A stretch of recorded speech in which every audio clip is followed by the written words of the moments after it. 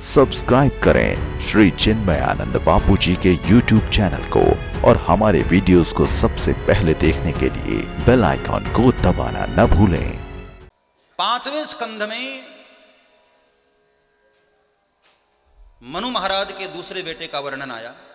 प्रियव्रत महाराज का चरित्र, ऋषभदेव भगवान की कथा सुनाई, जड़भरत की कथा सुनाई और 28 प्रकार के नरकों का वर्णन, भौगोलिक वर्णन। 6वें स्कंध में नरकों से बचने का उपाय बताया। वृत्रासुर की कथा सुनाई, पुंसवन व्रत की विधि बताई और 6वें स्कंध को विराम किया। 7वें स्कंध में नृसिंह भगवान के प्रागट्य की कथा सुनाई, प्रहलाद का चरित्र वर्णन किया और वर्णाश्रम धर्म का निरूपण करते हुए 7वें स्कंध को भी विराम किया है। 8वें स्कंध में मुख्यतः भगवान वामन की कथा आती है। वामन अवतार की कथा सुनाई, राजा बलि की कथा सुनाई और मनवंतरों की कथा का बड़े विस्तार से वर्णन 8वें स्कंध में आता है, वह कथा का वर्णन। 9वें स्कंध में भगवान राम के प्रागट्य की कथा और 10वें स्कंध में भगवान श्री कृष्ण के प्रागट्य की कथा। राम जी का जन्म तो हमने कई बार राम कथा में सुना है, बस 10वें स्कंध से कन्हैया के प्रागट्य की लीला संक्षेप में जरा हम दर्शन कर लेते हैं। जब धरती पर पाप बहुत बड़ा, यहां से शुरू करते हैं सीधे, क्योंकि अब समय की घड़ी बहुत तेज भाग रही है और जल्दी से हमको कृष्ण जन्म तक पहुंचना है, तो थोड़ी छलांग लगा लेते हैं। जब धरती पर पाप बहुत बढ़ा और धरती व्याकुल हुई, अकुला गई, तब गौ माता का रूप लेकर देवताओं के पास निवेदन करने गई। देवताओं ने ब्रह्मा जी को फरियाद किया और ब्रह्मा जी और सभी देवताओं ने मिलकर परमात्मा को पुकारा, तो भगवान ने ब्रह्मा जी के हृदय में आकाशवाणी की।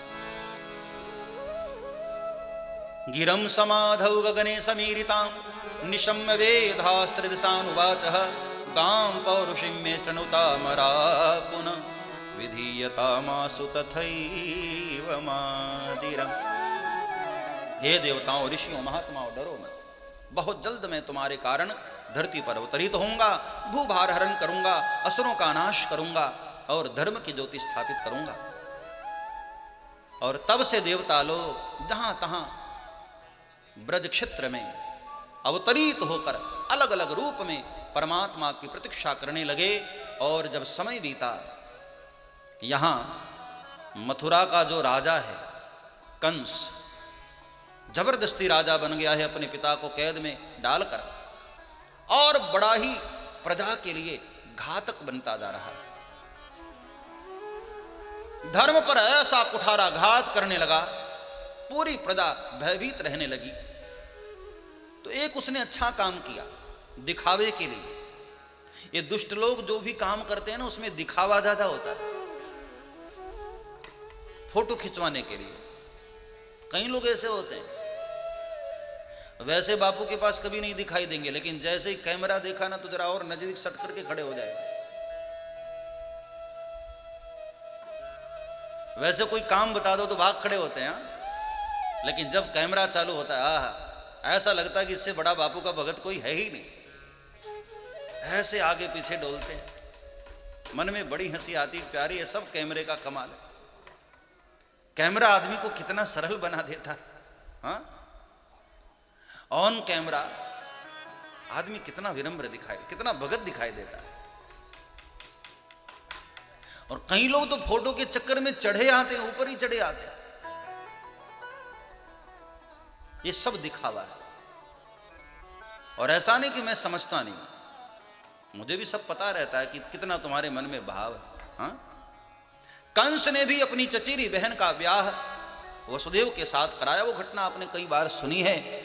आकाशवाणी हुई कि रे दुष्ट कंस, जिस बहन को इतने प्यार से तू विदा करने जा रहा है ना, इसी की 8वीं संतान तेरी मौत होगी।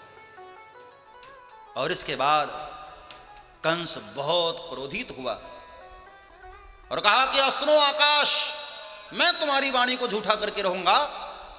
ना रहेगी देव की, ना आएगी इसकी 8वीं संतान। और खड्ग लेकर के प्रहार करने चला। वसुदेव ने कहा, ठहरो कंस, इसको मारकर तुम्हें क्या मिलेगा? मरना तो फिर भी तुम्हें पड़ेगा कंस। मौत इस धरती पर नितांत सत्य है। आप कुछ भी कर लो मेरे भाई बहन, मरना तो पड़ेगा ही। हाँ, जो जन्मा है वो मरेगा। सब्सक्राइब करें श्री चिन्मयानंद बापू जी के YouTube चैनल को और हमारे वीडियोस को सबसे पहले देखने के लिए बेल आइकॉन को दबाना न भूलें।